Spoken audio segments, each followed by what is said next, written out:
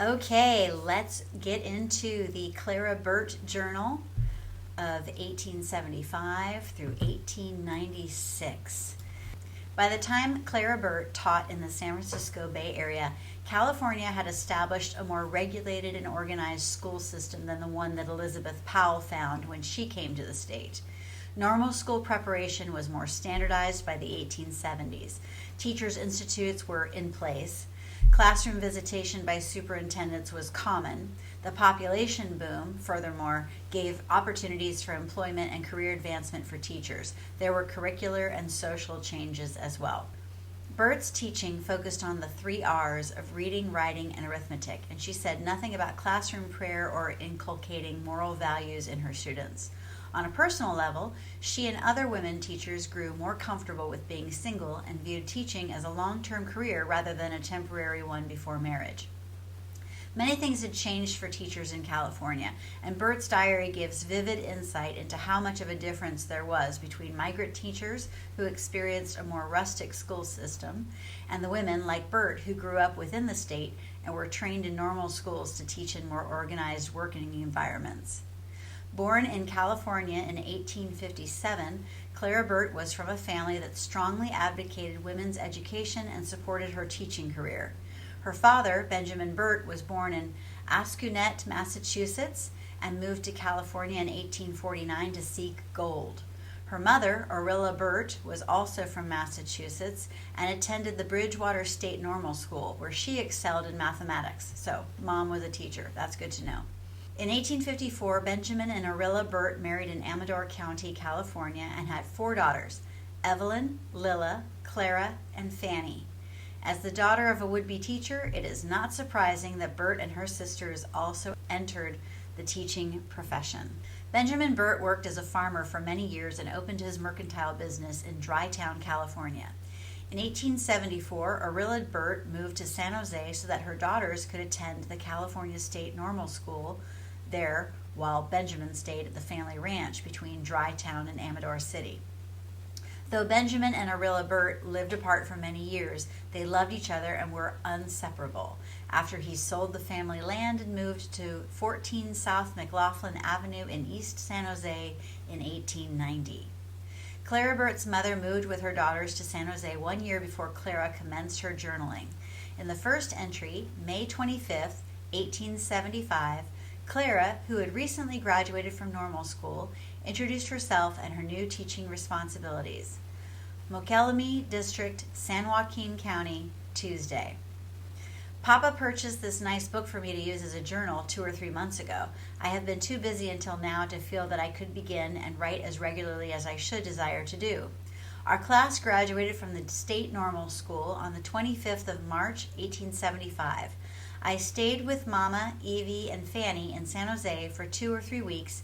Then, upon receiving from Superintendent Crawford an offer of a school in Mokelumne District, I decided to take it. I came up to Mokelumne District April 12th and opened school on the 14th. The number of pupils present on the first day was 10. Several in the district were kept at home on account of the whooping cough. Today I had 24 pupils in attendance. Tonight finishes up the 6th week that I have taught. My salary is $70 per month, so I have already earned $105. I have sent Mama $40 and paid Dr. Locke $20. I am enjoying teaching very much, for my pupils are good and seem to be improving rapidly. Burt's first diary entry offers important details about how she got a teaching job, what she was paid, the number of students in her class, and how much she enjoyed her new job. Her teaching continued to be a major focus in her diary. Throughout her teaching career, Burt taught in the San Francisco Bay Area, Calaveras, Amador, and San Joaquin counties. Usually she changed her place of employment to live close to her parents, who moved several times during the period. She was a dynamic instructor. Her accounts of her teaching indicate that wherever she taught, Burt was well liked by her students, and she truly enjoyed her role as a teacher, nurturer, and caregiver. While in the Mokelumne District, Burt, like Powell and many other teachers, boarded around with the families of some of her students and appeared to find the experience very enjoyable. Part of her enjoyment over being a teacher in a close-knit community was that she acted as an all-around caretaker to her students, establishing strong, supportive relationships with them. One student, little Henry Thompson, liked his teacher so much that when she stayed at his home, he said he was going to be Miss Burt's boy. She continued to emphasize her role as nurturer and caregiver when she commented, "He let me wash him and put him to bed tonight as happy as can be." Her demeanor and creative teaching talents made her very popular among students and parents alike. Burt's diary portrays her as a concerned teacher who checks in on students who are ill and keeps her class in good order. Occasionally, she had to discipline students who misbehaved, but she usually used reasoning and her good rapport with her students to set them back on the road to good behavior. She wrote in one entry in 1875, "Some of the children have been plaguing each other before I reached school this morning. I spoke to them about it and told them not to do anything to anybody unless they were sure they would like to have it done themselves." On one rare occasion, Burt found she needed to use more firm disciplinary techniques on her students. Quote, "When I came to school this morning, I found that 3 of the girls had been running. I kept them in during the whole of the morning's recess and one half of the noon. 2 of the boys, Willie Cowden and John Newton, got to fighting a little this noon. I took them both in and whipped them. That is the first whipping that I have had to do. The scholars were very curious to see how I would whip. I believe 3 or 4 of them climbed into the trees as to look into the schoolhouse. I sent notes home to the Willies and also to John Newton's father." Burt was very conscientious about recording what happened at school. She wrote about the organization of the school day, the number of pupils in attendance, and the reasons for the students' absences. The following entries are examples of her meticulous note-taking. Quote, "I worked real hard in school today. If some of the young ones don't know anything, it will be no fault of mine if I am able to do anything by trying, for I am using all my powers to get some of them started. I have been working over Martha Tubbs for 2 or 3 days. I have felt as if she did not study as much as she is able, and I have instead lately to get more work out of her. I asked Carrie Stalo to spell ox today, and she said it is. When I asked Abe Thompson to spell sty, he said P-E-E. He had been studying words which ended in E-E. I don't think he had any idea what he was spelling." Wednesday, 23rd June, 1875. "I had only 15 pupils. 10 had to be out on account of harvesting. Little Rosie Ray has to be out because she burnt her leg. She burnt it with hot water. I sent William Cowden home for swearing this morning. He came back this afternoon and promised not to swear again." Unquote. Burt offers no explanation for her detailed and meticulous diary keeping. Perhaps she had to produce reports on student absences for the school trustees, school principal, county superintendent, or the County Teachers Institute. Such a requirement would explain the entry of Wednesday, June 23, 1875, in which she noted that 10 out of 15 pupils were missing because of harvesting. The need for children's assistance during the harvest season indicates how rural the area was and how state laws enacted in the 1870s sought to encourage young people to remain in school. Her other diary entries recorded the methods she used to teach and her tactics to correct poor student behavior. Whatever her reasons for recording the day's lessons, her information on her students shows that she cared for her pupils. She was happy being a teacher, and she had a good sense of humor. Quote, "I am getting along nicely in school. Little Pidgey Thompson says all the word I teach her to spell is boy. She says I never said anything about spelling girl. It's so funny she said that, for I have never told her how to spell either word. The other day, I was teaching Carrie Staden how to spell some words.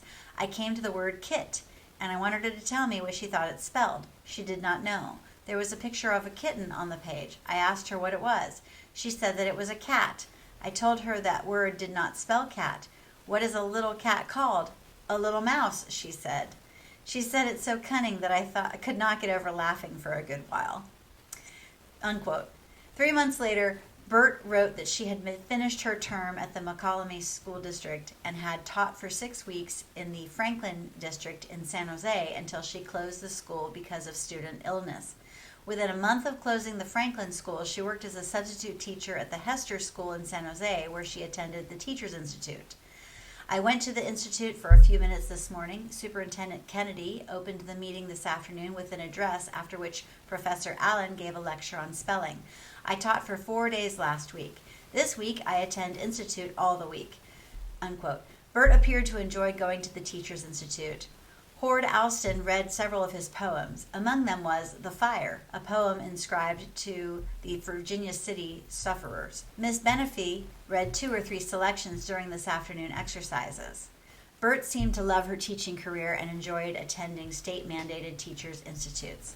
Although Burt was quite happy with her job, she still experienced some difficulties in the classroom because of events that she could not control, like the weather. It has been so rainy today that our shed is filling with water. Minnie Hollenbach made her appearance today. She did not come in the early part of the week as the roads were so bad, occasioned by this unusual amount of rain. By December 1st, 1875, Burt finished her substitute assignment and acquired a new position as substitute principal. She filled in for the principal of the 7th and 8th grades, while the regular teacher attended the county teacher's examination for 3 days. She recorded the events of the daily lesson. Quote, "The children say very funny things sometimes. In number lesson the other day, the children were studying about 10. They had told me how many 2s in 10. I wanted them to see the 5s in 10. To help them see, I said, 'What is the same as 10 cents?' Little Tommy Humphreys immediately said, 3 sticks of candy." Unquote. Her next entry was written on her 19th birthday, February 18th, 1876. She noted that she had graduated from the state normal school and taught for 8 months afterward. Later, she accepted a teaching job in the Pala district in East San Jose. Her new position offered many benefits she took advantage of, including a piano in the home in which she boarded, a fine library at school and plenty of papers, and lesson planning periods for preparation. The only disadvantage to her new position was the rainy season. She and her students agreed that there would be no school during heavy rains until the inclement weather passed. School resumed, however, when the rain subsided, and Burt commented on her day back after the storm. Quote, "I was sitting in my room writing this morning a few minutes after 9 when Willie Chipman came rushing in saying that the Ford children were on their way to school. I asked Mr. C's advice and he thought I had better try, so we went. Willie brought Eddie Ford's horse to take me over the mud hole near the schoolhouse. There were 8 pupils, the Fords, Maddens, and Willie. I think the children learned a good deal today. Mr. Madden carried Lizzie home and at 3 o'clock came and brought a horse to the corner here. I felt so grateful for him doing it." Unquote. Burt continued to enjoy her position in the Pala district and received flowers and praise from her students and their parents. Her pupils worked hard and aimed to please Miss Burt. All was well until someone broke into the schoolhouse and stole a box of slate pencils, a lot of paper, and our prettiest hanging basket. The class resumed as normal, despite the fact that the thief was not caught. Burt noted how well her students were doing in school. Sam Fleming came into the schoolhouse this noon and had a talk about his lessons. He seemed to be pleased with the way he is getting along and said he has learned more this term than he has for the last 3 terms. Burt's next entry, written 6 months later, revealed that her Pala District school had closed, that she substitute taught in Milpitas for a week, and then she was appointed to teach 5th grade at Reed Street. It was not an easy assignment for her. Quote, "I had 52 on the roll for a few days. It was very hard for me, and I told the trustees that I should rather not be elected. Professor Shuck said I must go on. I taught a month and a day and was sick for 4 days. Mama did not want me to go on, but I did, and I taught a week when I began to feel sick again. I gave up for I felt that it was wearing on me. I have not felt well since." Unquote. Soon after, she received a job offer in Lockford in San Joaquin County for $80 a month salary. She visited the schoolroom before she began the assignment. "It looked very pleasant through the windows," was her only comment regarding her new working environment. On her first day of teaching in Lockford in the Telegraph District, she was visited by a school trustee. October 16th, Monday, Telegraph District. At about 8:30 this morning, I went down to the schoolhouse and found their trustee Smithson and 20 pupils. He brought up the register books belonging to the desk and library books. One of the girls and myself swept out of the schoolroom when I said to Mr. S., "Do you think there will be any more if I wait any longer?" He said he guessed about all were there that would come that day. I kind of thought perhaps he would go away then, but as soon as the children were nicely in and seated, he came walking in and stayed until 11 o'clock. If it had been my first school, I think it might have bothered me, but as it was, I didn't care. I got along nicely and think I shall like very much. The children seem nice. We are reading from a diary, and not all sentences are formed properly, and so I have documentation that, yeah, this is exactly what she wrote, but Thanks for bearing with me. This was not the only time Burt was visited by a school authority. On November 6, 1876, she commented on a superintendent who visited her class. Superintendent Dunbar visited my school Friday morning. I think he was pleased with the teaching. He spoke as though I might be a little more strict. I believe he complains about something in every school, unquote. Although Burt experienced more administrative oversight and supervision than Powell, she still managed to do as she wished within the classroom and end the school day when she wanted, at least until a fellow teacher who could report Burt's actions to a school official visited her unexpectedly. November 7th, Tuesday, 1876. Today is election day. We were entitled to a holiday, but we did not choose to take it as all the children could come to school. I do not like to break in upon the week during the first days. We had all our morning sessions as usual. After lunch, we began to wash windows and washed them all 8. It was nearly 3 o'clock when we finished. The children then wanted me to call school and let them go home without reciting any more lessons, but read to them a while. I was just questioning it if it would not be best to let them go right home, as I felt pretty tired, when some of them said that Mr. Proudfoot was just coming to visit the school. He teaches at Hawk Corners. I knew he wanted to see the school, so I rung the bell and we had lessons for an hour. The last 5 or 10 minutes I spent in reading to them from a fairy story, Thumbling. They behaved splendidly while he was in. I generally feel pretty well satisfied with their behavior anyway. Willie McGrotty caught 3 or 4 flies and put them into the empty inkwell in his seat. I had him throw them away, and then I told him that for every fly I saw him trying to catch, or any that he caught after this, he would have to remain after school and catch 5 mosquitoes. I am not inclined to think that he will like to see flies in his inkwell so well after this. When I told Mrs. Connell about what his punishment would be, how did she laugh? Unquote. The next day, Burt wrote about the conditions in the Telegraph District school system and rural schools like it in California. A student of hers brought 3 more students to the school, raising her class enrollment to about 30 pupils. Her notes show that late enrollments like this were not unusual in small rural schools in the 19th century.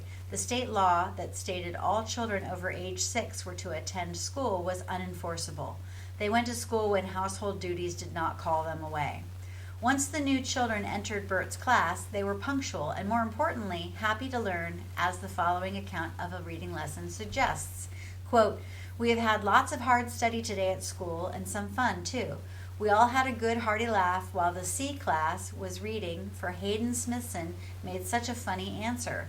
The children were to read the first 4 paragraphs of the piece about the boy who deceived the farmers by crying, 'The wolf is coming.' I often question them some about what they have to read to see if they have studied their lessons. Hayden Smithson was telling about the first time the boy called out that there was danger. To help him think, I said, 'What did the boy do when the man went away?'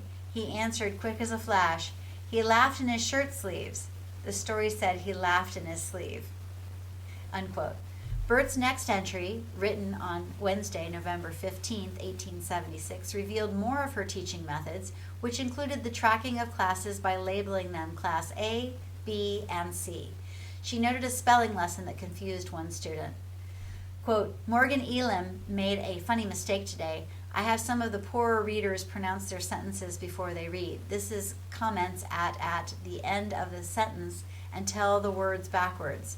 One of the sentences for the C class had the word grasshopper in it. Grass was on one line and hopper on the next. When Morgan pronounced it, he said hopper grass. I am not surprised at his making the mistake." Unquote. And like I said, I'm reading from a diary, so when I said at, yeah, that's what she wrote. Later, she taught the pupils how to spell different kinds of foods. Quote, "The A and B class are now spelling the names of different articles of food. I write down words which they think of each day for the next day's lesson. They were quite amused when I put down frogs under the head of meat." Unquote. She's funny. Burt's teaching methods earned her praise among the community. She wrote about a compliment she received from one of the parents whose children she taught. Quote, "Mrs. Brownell seemed very much pleased with school yesterday. She said that Mr. Smithson told her I was the most orderly woman he ever saw, also that he wanted to keep me just as long as I would stay. She said that her children thought I was the best teacher that ever was, and that she hoped I would stay 3 or 4 years. I told her that I had a sister coming on, which perhaps they could have when I was through." Unquote. The children enjoyed their teacher so much that they did their best to please her. In turn, they pleased themselves. She wrote, quote, "School has passed off well today. The children all seem interested. Several asked today if they could speak next Friday. They did not have to speak for 2 weeks." Unquote. Her creativity was her key to success in the classroom. One creative lesson that Burt introduced was to start a student newspaper called the Centennial Busy Bee. In the newspaper's first edition, Burt wrote the editorial that introduced the project to the community that supported the Telegraph District. She explained that her class would include stories the students wrote each week so that the paper could be read Friday afternoons. The beginning of the editorial explained the newspaper's mission. Quote, "We have all returned from our fall trip to the Centennial, and now we feel ready for work." Oh, that's right, Centennial. It was 1876. Oh my gosh. Yeah, the country was 100 years old. Ah, that's nuts. Sorry. That's amazing. Okay. If you glance at the heading of our paper on any number, you will see the motto, quote, "Work and win," unquote. We know we are working and we feel sure of winning. We don't mean to have it all work either for every Friday afternoon. We shall set aside 1/2 hour from our studies in which to amuse ourselves and friends in any way our teacher sees fit.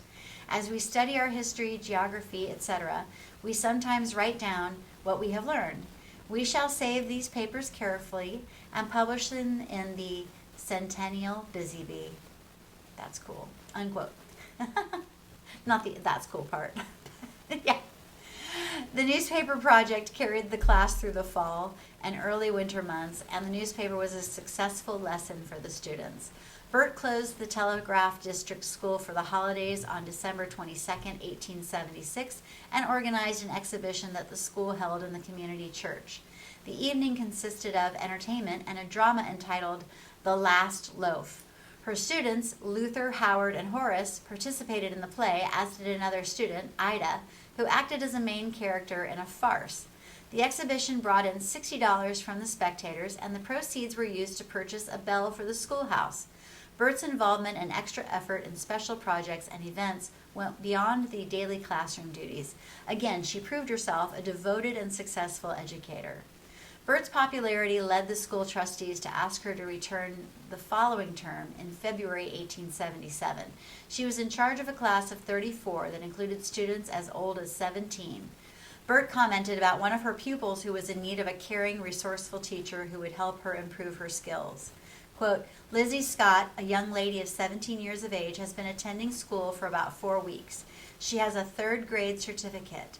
My classes were very much crowded, having hers extra, so I could let her hear 2 reading classes in the morning and Hayden Smithson a writing spelling class in the afternoon." Unquote. This student was a victim of unenforced school laws and quite possibly a time in the education world that placed a low priority on teaching girls. Her reading level should not have been so low if state education legislation had been followed. Fortunately for Lizzie, she was assisted by a very gifted teacher. Another student of Burt's was a 13-year-old boy who could neither read nor write. Under Burt's care, he rapidly improved in both skills and demonstrated talents in mathematics. Quote, "There is one boy, 13 years old, who entered 4 weeks ago lacking a day. He had not been to school a whole month in all put together before. He read dreadfully in the 3rd readers, didn't know a figure or letter in writing. I took him in hand and showed him how to write. Now he can read quite nicely, reads and writes numbers, adds them, and next Monday will commence subtraction with the rest of the class. Every day he writes 15 hard words from his reader on his slate as a spelling lesson. Wednesday he missed only 1, today 3. They were the words believe, deceive, and threaten. I did not notice that he was getting along as fast until some of my older pupils spoke about it." Unquote. Burt's hard work clearly paid off when her students commented on their progress. Lizzie Scott tells me that Frankie, son of Frank, thinks he never learned so fast as he has since he came to Miss Burt's school. I like to have the children themselves feel that they are learning." Unquote. Burt's entry of May 2nd, 1877 notes that the Telegraph School District was closed for a few weeks and that she went back to San Jose to attend the normal school alumni gathering during her vacation. When she returned, she took her students to the May Day picnic in Lodi, where several other schools gathered as well. She saw 10 of her former students from the Mokelumne district who were delighted to see her. Quote, Emma Anderson came up to me early in the day and said that hopes of seeing me was the principal reason why she came to the picnic. Little Willie Cowden ran up to me and caught hold of my hand. The Kings and some of the Thompsons were there, also Mrs. Davies and Addie Cowden. I had a nice long chat with Charlie Deedy, unquote. After she took the students to the picnic in Lodi, Burt did not write another entry for 2 years and 5 months. In her journal, she notes that she closed the Telegraph District School in June and ended the school year with a joint picnic with another school. Each school had exercises on a raised platform where they sang while Burt played the organ. Unfortunately, the platform gave way and went to the ground. Quote, I had risen from my organ as I managed to hold it up until some gentleman relieved me and helped me out. It seemed so funny. I just laughed and laughed. Ada came up to me and said, Don't, Minnie, I think it's dreadful. People afterward told me I had a good deal of pluck to hold up my organ so quietly. Anyway, I did not want my organ to be broken, unquote. Burt's pluck certainly helped her overcome situations in most of her career, and she maintained her humor as well. Burt was asked to return the next term, but she accepted a position at Sutter, though the salary was only $70 per month on account of its being near home. Despite the low salary, she bought a house with her mother in January of 1878 for $1,100. She wrote, I would rather have spent my money in some other way, but Papa could not have bought this place if I had not assisted him. The fact that Burt helped her mother and father buy a home points out a major difference between Burt and Powell. Although both women earned similar salaries, Burt purchased property while Powell could not. Burt's family pooled their resources in order to buy a home, while Powell could only rely on herself. Burt also differed from Powell on the subject of marriage. Burt wished to marry until she realized it was possible to remain single and take contentment from her life and her accomplishments. She wrote in her journal that she was being courted by Mr. George Hewitt, a man she expected to marry. In the spring of 1880, he told her that, quote, he hoped that this was the last time I should ever come to school. I cannot tell. I wonder sometimes if I am not fully as happy as those who are tied down by family cares, unquote. If Burt had married Hewitt, it would have been a great loss for the pupils who relied upon her guidance because she would have had to stop teaching. She decided to take some time to travel and think about the prospect of marriage. Burt's school closed for the summer on July 16, 1880, and she took a summer vacation in Massachusetts visiting family members. While on vacation, Burt tutored her cousin, Gertrude. Gertrude has a new second reader and has started school this morning. Frank and I walked up to the school with her. We have been trying to teach her the first lesson. Her teacher is Miss Emma Kingsbury of Wellesley. I think she will be ambitious and learn fast, unquote. While she was enjoying her vacation, she received a telegraph that offered her a new teaching job at the Drytown School, but she declined. When she returned to California on November 30th, 1880, she spent some time with her family. By 1881, January, Burt was back in the classroom as a paid substitute teacher for her church's Sunday school. She taught in the Sunday school because Hewitt did not want her to go to work in public schools. Following Hewitt's wishes, Burt wrote in her diary entry of January 31st, 1881, quote, I begun attending Sunday school with the new year. I prefer not to take a class but supply whenever a teacher is absent. Yesterday I taught Mrs. Roundy's class, which is a real nice one, unquote. Burt's February 18th entry gives clues about the status of her relationship with George Hewitt. Quote, February 18th, 1881, Friday. This is my 24th birthday. How old I am getting to be. It is a perfectly lovely day. I am sitting in my room writing. There are no fires anywhere in the house. I often wonder what my future will be in a matrimonial way. I came to the conclusion about Christmas that George and I were not the ones for each other. I know he feels bad about it, and I am sorry for him, but I think it is best as it is, unquote. Soon after this entry, Burt ended her relationship with Hewitt, and she returned to the public school classroom. By July 1881, Burt had secured a position at a school in the Cambrian district of San Jose. Quote, July 25, 1881, Cambrian district, suburbs of San Jose. I begun school here last week, Monday, with 25 pupils. Today I had 36 and think I shall soon have more. My trustees are O.C. Wells, John Brewster, and Joe Burnett. My salary is $65 a month. The school will last 5 months. I like it here very much, and the children are good and generally quite smart, though they are not very far advanced. I board at Daniel Ross's house. Besides Mrs. Ross, there is a niece and nephew, Liddy and Leonin, and a grandson, Bertie Paddock, in the family. I am going to board with Mrs. Brown on Saturday and Sunday, paying $1 each week to them. I go back and forth on the cars, costing 20 cents each way. The train goes so that I can go in on Friday night at 4:30 and come out Sunday night at 5:40. By the way, yes, these are electric train cars in San Jose. This particular diary entry reveals the difference between Burt's and Powell's work environments as the school system changed. School attendance increased because of large population growth and the enforcement of mandatory attendance for children over age 6. The trustees were all male, indicating that women were subordinate to men and women did not hold positions of authority in education. That the children were smart but not far advanced suggests that some school districts were not wealthy enough to give students a competitive, above-average education on the frontier that was rapidly evolving into a well-populated region. Similarly, Burt and Powell boarded with families near their school, yet Burt rode on the trains to and from school, which showed that technology was improving beyond what was available to Powell. Another major difference between the two teachers was their sense of job satisfaction. While at the Cambrian School District, Burt was very happy and enjoyed the beauty of her surroundings and the children she instructed. Her geography lessons were creative.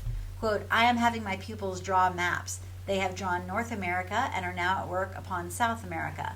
The clerk of the board, Mr. Wells, brought a box of colored crayons for us, so now the children will have an extra inducement to draw well, unquote. She received praise, as usual, from Superintendent Shipman, who visited her class on August 28, 1881. Quote, he said that he had never visited a school where the order was better. He spent the whole afternoon. The children are doing very nicely, if I do say it, unquote. Her relationship with her students was very good, and she praised their progress. Quote, school is going very nicely. In 2 weeks there has been only one tardy mark, such an improvement from the first month, unquote. Burt's comments on her classroom activities portray her as a gifted teacher who put in many hours to prepare for the day's lessons or special projects. The same amount of work went into making exams for the students. Quote, this is an examination week in my school, and I have been looking over papers and making out questions for over an hour or two. Of course, it makes it harder for the teacher for a few days, but in the days between, the children work enough harder to pay for it. I think some of my pupils are doing exceedingly well, unquote. After the exams, the school closed in late November for the holiday season, and Burt spent most of her time with her family in San Jose and Amador County. She planned to reopen the school in March 1882 after a new schoolhouse was completed. She reported that the new school would cost not $2,000, but $1,097. Wow, that's almost half price. Until the school reopened, Burt substitute taught while living in Amador County. Burt's next entry was written 4 years later on February 18, 1886. She lived at 226 2nd Street in San Jose. On her 29th birthday, she wrote the highlights of the past few years. Quote, this is my 3rd year of teaching in San Jose. The first year I taught the 4th grade of Hester School, and the next year I was elected as vice principal. I have charge of the branch school in Sunol Street with Rose Den as an assistant. My school closes at 2:30, which makes it very pleasant for me, unquote. Burt's vice principalship was quite a career advancement. She was promoted based on her ability to maintain orderly classrooms and give creative lessons. Burt's last diary entry is dated February 18, 1889, which was her 32nd birthday. She continued teaching at the Hester School in San Jose during the 3 preceding years. Quote, this term's work will finish my 6th year in Hester School. I still hold the position of vice principal with Rose Den as assistant.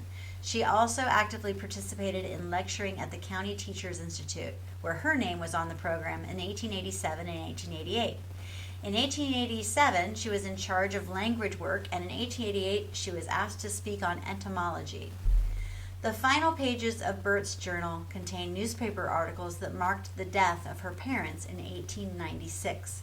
Her mother, Orilla Burt, died on October 7, 1896, and her father, Benjamin Burt, followed his wife to the grave a week later on October 14, 1896. Oh, that must have been so hard. The obituary mentioned that Clara Burt had been teaching at the Hester School for 13 years and was still enjoying a successful career. There was no other information about the still single Burt in her parents' obituary, and her diary pages offer no information about her life thereafter. She does not appear to have been buried in the San Jose area because her grave was not by her parents' graves in Oak Hill Cemetery, the main burial grounds of San Jose. There is no indication of what happened to Clara Burt after 1896. The only certainty was that she was an extremely gifted teacher who endeared herself to her students, their parents, her family, and her community. Burt's diary entries reveal how different her life was from Elizabeth Powell's. First, Burt seemed to enjoy her teaching duties and taught in a public school more often than Powell. In contrast, Powell taught privately for families and taught public schools only in Pike City and Oakland. Burt's increased opportunity to teach in public schools may have resulted from California's population growth and the number of school districts in the Bay Area. Secondly, Burt lived in boarding houses but did not board around with her employees, with the exception of her first assignment in the Mokelumne district. Burt had greater opportunity for privacy in her living situation, which also meant greater chances for outside social activities, friendship, and courtship. On the other hand, Powell had no choice about where she lived and boarded only with the families she taught. Powell did not have a lot of privacy, which hindered courtship and her search for a suitable mate.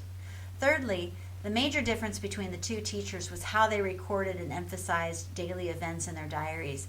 Powell focused on her life's frustrations, unhappy events, and her wishes for a husband and a home.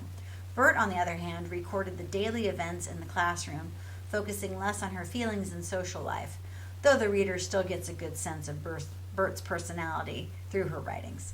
Despite their differences, the two teachers had much in common. They both had to clean their own schoolhouses. They both experienced difficulty in getting paid on time. They both dealt with undereducated pupils below skill levels for their ages. Lastly, they both attended the Teachers Institute. Clara Burt was a new model of a secular teacher who emphasized God less often. She still followed the virtues of the cult of true womanhood.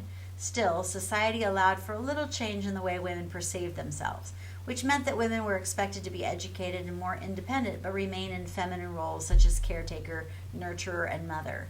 Burt was content to remain single and did not feel an emptiness because she did not have a husband and a baby. Sarah Treat Child was even more of a secular woman than Burt and more of a new woman than a true woman. She was not religious, accepted little responsibility for teaching morality to her students, and resisted marriage for years because she did not want to give up her freedom. So if you got it, we just talked about Clara Burt, and now we're about to jump into learning about Sarah Treat Child, the third teacher I studied in my master's thesis.